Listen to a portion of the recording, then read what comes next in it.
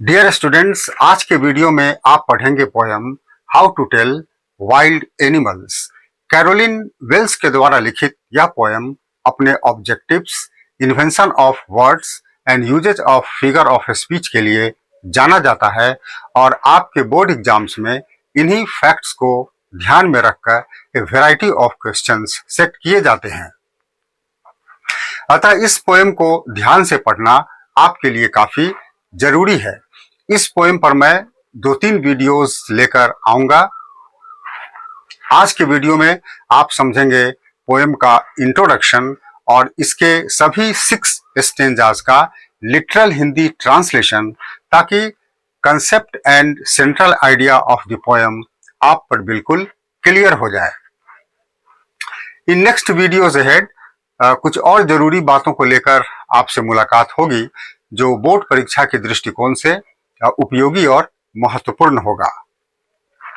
आज का वीडियो शुरू करने से पहले आपको बता दें कि मेरा नाम सुजीत कुमार है और आप देख रहे हैं trick track English people and blogs YouTube channel.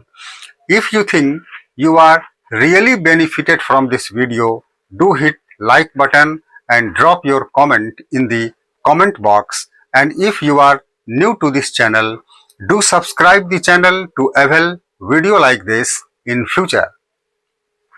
Let's start the video now. Dear students, सबसे पहले पढ़ते हैं स्टेंजा 1 जो कुछ इस तरह से है। If ever you should go by chance to jungles in the east, and if there should to you advance a large and tawny beast, if he roars at you as you are dying, you will know it is the Asian lion. इस stanza में poet हमें Asian lion की पहचान करना सिखा रहे हैं। Poet का कहना है कि अगर कभी संयोगवश आपका पूरब के जंगलों में जाना हो और वहां पर एक बड़ा तथा भूरे पीले रंग का जानवर आपकी ओर आगे बढ़े और वह आप पर इस प्रकार दहाड़े कि दहाड़ सुनकर ही आपकी दशा मरने तुल्य हो जाए, अर्थात कि आपका प्राण निकल जाए, तो आप जान जाएंगे कि यह एक एशियन लायन है। आइए अब पढ़ लेते हैं स्टेंजा 2 जो इस तरह से है।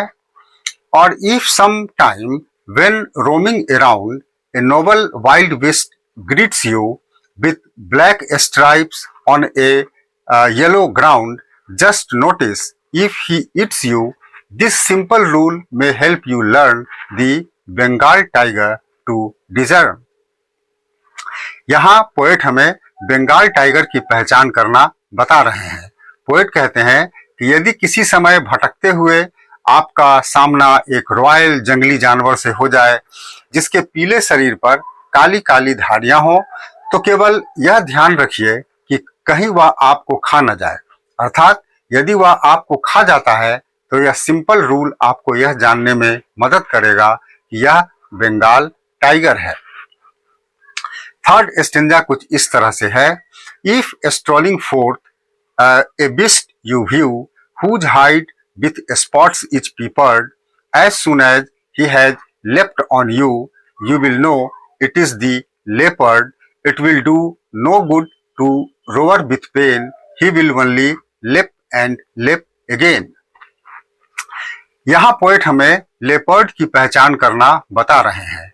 पोएट कहते हैं कि यदि आगे टहलते हुए आपको एक ऐसा जानवर दिखाई दे जिसकी खाल धब्बों से ढका या भरा हुआ हो और वह तेजी से आपके ऊपर छलांग लगा दे, तो आप समझ जाएंगे कि वह जानवर अवश्य ही एक लेपर्ड है।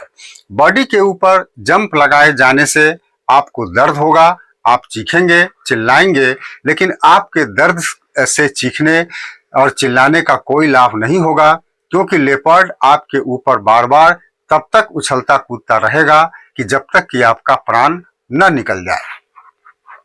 चलिए अब फोर्थ स्टेंजा को भी पढ़ लेते हैं जो इस तरह से है। If when you are walking around your yard, you meet a creature there who hugs you very very hard, be sure it is a bear. If you have any doubts, I guess he will give you just one more caress. इस stanza में poet हमें भालू की पहचान करना बता रहे हैं। पोएट कहते हैं कि यदि कभी आप अपने आंगन के आसपास घूम रहे हो और आपको एक क्रिएचर मिल जाए जो आपको खूब कसकर गले लगा ले, तो आप सत्य मानिए कि यह एक भालू है। यदि आपको कोई संदेह हो तो पोएट का अनुमान है कि वह आपको एक बार फिर से बड़े प्यार से स्पर्श करेगा, अर्थात कसकर गले लगा लेगा, और यह कसकर गले लगाने का काम तब तक जारी रहेगा कि जब तक कि आपकी मौत न हो जाए।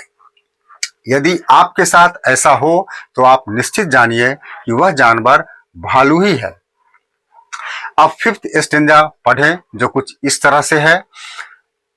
Though to distinguish beasts of prey, a novice might none plus the crocodile, you always may tell from the hyena thus, hyenas come with merry smiles, but if they weep, they are crocodiles. यहाँ poet हमें हाइनिया अर्थात की लकड़बग्घा और crocodile को पहचानना सिखा रहे हैं। पोएट सेज कि जिस व्यक्ति को जानवरों के विषय में अधिक ज्ञात नहीं है वह उन्हें पहचानने में गलती कर सकता है, लेकिन जानवरों के बारे में अधिक जानकारी नहीं रखने वाला व्यक्ति भी लकड़बग्घे और मगरमच्छ की पहचान तथा उनमें अंतर सरलता से कर ले सकता है।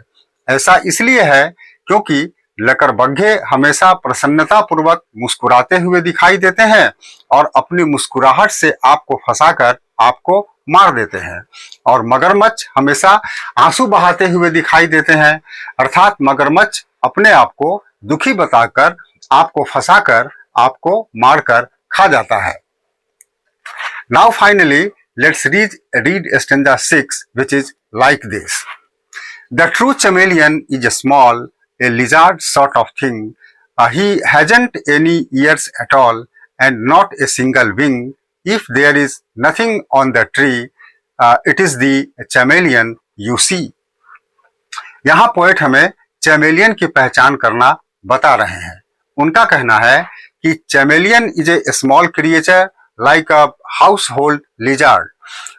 उसके कोई कान नहीं होते तथा एक भी पंख नहीं होता है।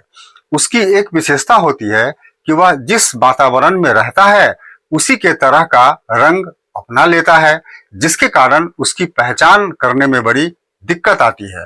पोएट कहते हैं कि यदि आप कभी किसी पेड़ के ऊपर देख रहे हो और पेड़ पर आपको कोई क्रिएचर दिखाई न दे तो आप मान लें कि उस पेड़ पर चैमेलियन जरूर बैठा है, जो आपको दिखाई नहीं देता क्योंकि वह पेड़ का कलर धारण करके पेड़ पर बैठा रहता है।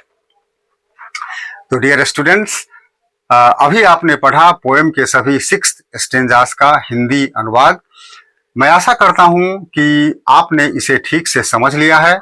अगर फिर भी कुछ कठिनाई आ रही हो तो वीडियो को 1-2 बार ध्यान से पूरा देखें, निश्चय ही आप समझ जाएंगे। इसी पोएम पर एक दूसरे वीडियोज के साथ मैं जल्द लौटूंगा। तब तक आप अपनी पढ़ाई जारी रखें, खूब मेहनत करें और अच्छे अंकों से आगामी बोर्ड एग्जामिनेशन क्लियर करें। इसी कामना के साथ कुछ दिनों के लिए आपसे इजाजत चाहते हैं। नमस्कार।